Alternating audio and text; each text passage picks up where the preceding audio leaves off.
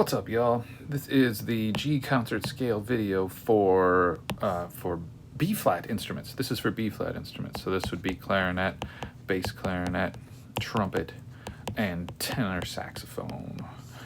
Those are your B flat instruments. If you're not one of those instruments, you're watching the wrong video. Go check something else out. Okay. B flat instruments. This is the G concert scale. So even though your first note is not G, it's still called G concert. So I put a G there at the top. Make sure you do that. Some people have been skipping that step. This is G concert. Okay, and then our first step is we got to figure out what your first note is because you're a transposer. So I go to my circle of fourths here. G concert is the name of the scale. And then, I don't know, in blue, I'll circle. We always go 2 clicks counterclockwise to find your first note.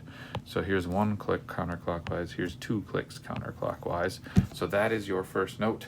2 clicks counterclockwise always gets you your transpositions. Okay, so first note is A. I'm going to write that down here at the bottom as I write scale name, letter names.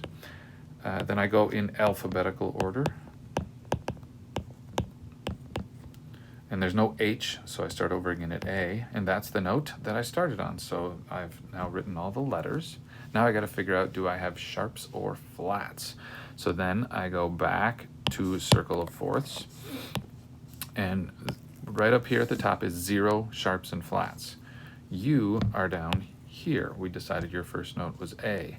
So from the top, I am 1, 2, 3 clicks away. As it says right here, when we go that direction, we're adding sharps. So you've added 1, 2, 3 sharps. The order of sharps is highlighted in, I don't know, an orangish color down here. Like order of sharps right down there. So you'll notice that it is F, C, G, D, A, E, B, right there. You have 3 sharps, 1, 2, 3. So those are your 3 sharps, F, C, and G. Okay, so then I go down to my letter names down here, and I put a sharp by F, I put a sharp by C, and I put a sharp by G. That's an important step. If you don't do this step where we just drew those sharps in, you'll have the wrong letter names, and that'll screw up page 3. Okay, so there's your letter names. Good deal. Let's go to page 2.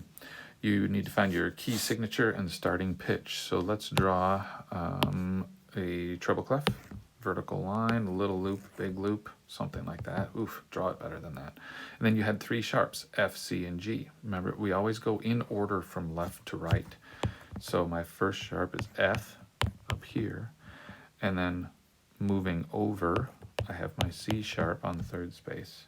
And then moving over further, I have my G sharp, and it's just one of the weird traditions of this type of music that we play is that the G sharp sits up on that top space above the top line. So your G sharp is up there. Do not put it down here. Okay, that's your key signature. Then let's do starting pitch, and I think that's going to be the same for all of you except one instrument. So starting pitch is A. We're going to use this A right here. That's for clarinets, that's for trumpets, and that's for tenor sax.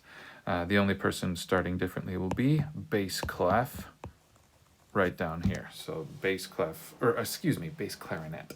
Bass clarinet, you're starting on that A down there. Everybody else on this A right here. Okay, that's your second page. 3rd page, notice I've edited the document so it says for fingering charts. You have to do this. This is a helpful step.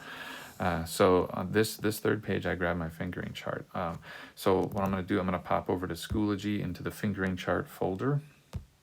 And I don't know, we'll use as an example here the bass clarinet chart. So I grab my bass clarinet chart.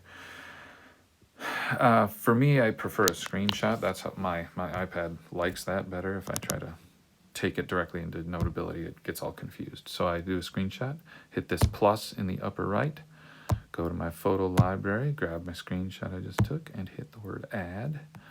And then I stretch it out a little bit, make it bigger so I can actually see what's going on.